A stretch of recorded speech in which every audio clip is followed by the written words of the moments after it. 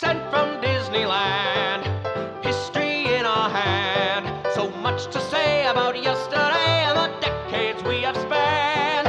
Postcards from the park, this journey will embark. See what has changed and what remains on Sent from Disneyland. Sent from Disneyland. Welcome to the Sent from Disneyland podcast. Here age relives fond memories of the past.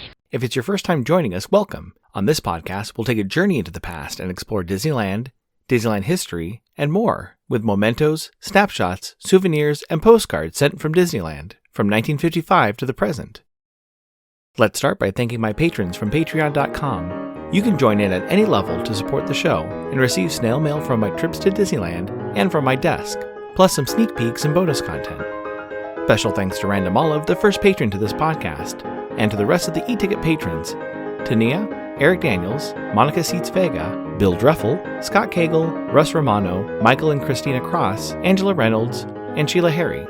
C-ticket patrons Serious Inquiries Only, Debbie Weinstein, Jennifer Schneep, Grace Coate, Patty Wolin, and Ben and Noel Bruning. B-ticket patron Joshua Bell, and to the A-ticket patrons Elise Sharp, Zealot Infinity, Alexis Robles, Angel DeBlock, Daps Magic, and the Beyond the Railroad podcast.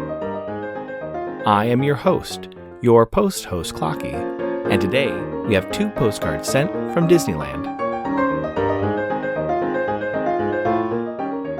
The front of our first postcard has Mickey Mouse standing in front of Sleeping Beauty Castle wearing long red pants, a tailcoat, and a large orange bow tie. On the back it reads, "It all started with the mouse. Disneyland's #1 star, Mickey Mouse, poses proudly in front of Sleeping Beauty Castle before greeting new friends visiting the Magic Kingdom." It's not postmarked or stamped. Let's assume they visited the park on Sunday, August 2nd, 1970. When park hours were from 8 a.m. to 1 a.m., the weather was a high of 84 and a low of 60. It's addressed to Lori Gardner of Minneapolis, Minnesota.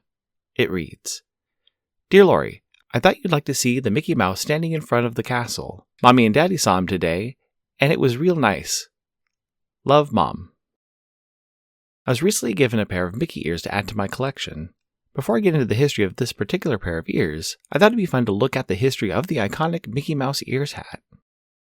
The idea behind the hat starts back in 1929, when in an early Mickey Mouse short, Carnival Kid, Mickey is shown tipping his round ears as if they were part of his hat. This bit was also used a year earlier in 1928, in the Oswald the Lucky Rabbit cartoon, Rival Romeos. Reusing gags was not uncommon. The tipping of an ear hat was almost identical, with both Mickey and Oswald gesturing towards their respective love interests, Minnie and Hortensia. Physical Mickey Mouse ears didn't come around until Roy Williams, better known as Big Roy from the Mickey Mouse Club, created an actual Mickey Mouse ears hat. Roy was hired as an animator by Disney in the 1930s, and he was known for his ability to add jokes or sight gags. He was tapped to be one of the 2 adult Mouseketeers, and he invented the Mickey Mouse cap based on the Carnival Kid cartoon. The felt caps with plastic ears started to be produced and sold at Disneyland and around the US. The simple black hats had a patch with the word Mouseketeer below a Mickey Mouse face, a large white M, and in the background a white circle with a red border. Eventually, through the 1960s and 1970s, additional colors of the hats became available, as well as other characters like Minnie Mouse, Donald Duck, and Goofy. The first mini ear headbands came to the park sometime in the mid-1980s.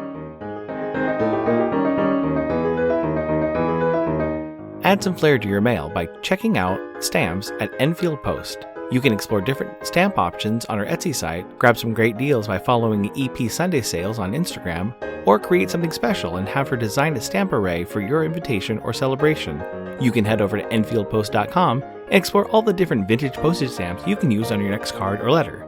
That's ENFIELDPOST on Instagram and enfieldpost.com for your wedding and vintage postage needs. Enfield Post is the official postage stamp sponsor of the Sent from Disneyland podcast.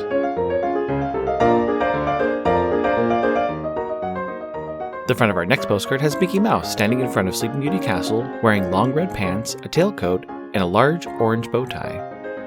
On the back it reads, "It all started with the mouse. Disneyland's #1 star, Mickey Mouse, poses proudly in front of Sleeping Beauty Castle before greeting new friends visiting the Magic Kingdom." It's postmarked April 26, 1976, with the Stevens Point, Wisconsin cancel and a 9-cent Capitol Dome Right of People Peaceably to Assemble postage stamp, Scott number 1591. I assume they visited the park on Wednesday, April 21st, 1976, when park hours were from 10 a.m. to 6 p.m.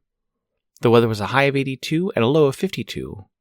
It's addressed to Miss Kelly Klein of Stevens Point, Wisconsin. It reads, Wednesday. Hi Kelly and everyone. We finally made it to Disneyland. My face is peeling, so I'll have to get out in the sun. We had lots of fun at SeaWorld and saw lots of animal shows there. I found a place that had doll furniture and got a lot of neat stuff. I'm out of money. Tell Mom to get Toby's car seat and bring him along when she picks us up Tuesday. He'll be fine for you if you put him in the car seat. Love, Carol. The hat, which is now in my collection, was purchased in 1955 when the Mickey Mouse Club debuted. The ears have a more oval or bean shape than the current large, almost perfect circle ears of today. The plastic ears are tacked onto the felt with 4 grommets, 2 for each ear, and has the copyright for Walt Disney Productions on the patch, which is fitting for the time of production. The only other significant detail on the hat is the white printing on the inside back part of the hat, the logo for the company who produced the hat. It reads, Exclusive, by Fashion Hat and Cap Company, Toronto. It's a challenge to find any information about this company, which likely has closed or was incorporated by a larger clothing manufacturer between 1955 and today. Looking at other hats on eBay, I couldn't find an exact match. I did find similar hats with tags reading, Walt Disney Mouseketeer Mouse Cap by Bailey of California. These had 3 grommets holding on each ear. Other notable differences on early Mickey Mouse ears are the staples that might have attached the ears, or the lack of trim around the bottom of the hat. Another hat I found had felt ears instead of the plastic ones. One of the hats had a patch that had a line at the bottom to write your name on the front of the hat. It is of course common to have your names embroidered on the back of hats purchased at Disney parks. I'm happy to add this amazing piece of history to my collection. Although not purchased at Disneyland, it definitely has some great ties to Disneyland history.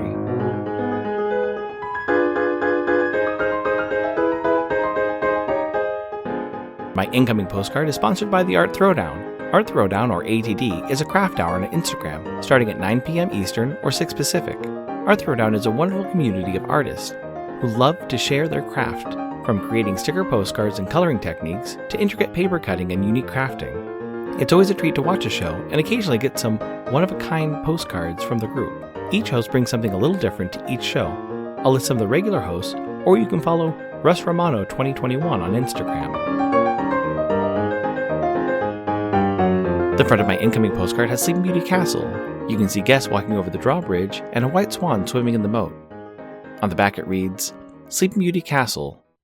Crossing over the ancient drawbridge and the moat with its peaceful swans, Disneyland guests enter Sleeping Beauty's castle, wherein lies the world's happiest kingdom, Fantasyland, a magic land which takes them back to childhood. It's postmarked July 21st, 2025, with a Santa Ana 1775 to 2025 cancel, and a Vibrant Leaves Sweet Gum Leaf postcard postage stamp, Scott number 5970. It reads, July 17th, 2025, Clocky. It came. Disneyland is officially 70 years old today, and what a day it was. The crowds were at pre-pandemic levels, and everyone was in a celebrating mood. I really love the third verse on Small World, and seeing Walt's animatronic was a wild experience. Angela. Thank you so much for the postcard, Angela. I'm really looking forward to seeing the additional things they have added for the 70th anniversary celebration since my last visit. The 2 postcards used in today's episode, though similar in appearance, have slight variations. The image on the first postcard is slightly darker, and the back printing of the postcards are 2 different colors. I was able to look at other postcards to determine that the first postcard was likely printed and mailed in the late 60s or early 70s, based on the blue ink, versus the black ink used later in the 70s, or the brown ink commonly used from opening day until the mid-1960s. Even for this incoming postcard, I had to do a search through my stacks, since the machine's sorting lines covered the printed text. Luckily, I had a matching postcard which had not been sent from Disneyland. Thanks for listening to Sent from Disneyland. If you enjoyed this podcast, please subscribe and tell your friends. It would also help to leave a 5-star rating and comment on whatever podcast platform you use. If you'd like to support the show financially, please check out our Patreon page at patreon.com/sentfromdisneyland. You can find me on Instagram and TikTok at Sent from Disneyland, or my website, sentfromdisneyland.com. For questions and comments, send me a postcard addressed to Sent from Disneyland, P.O. Box 44, Hood, California, 95639. This podcast is not affiliated with Disney, the United States Postal Service, or any post office or Disney-related properties. Opinions expressed on this podcast belong to the host and guests of the Sent from Disneyland podcast. This podcast is produced and edited by Clocky McDowell, website designed by Misty McDowell, theme song was written and performed by Noah Sunday Lefkowitz. Take it away, Noah.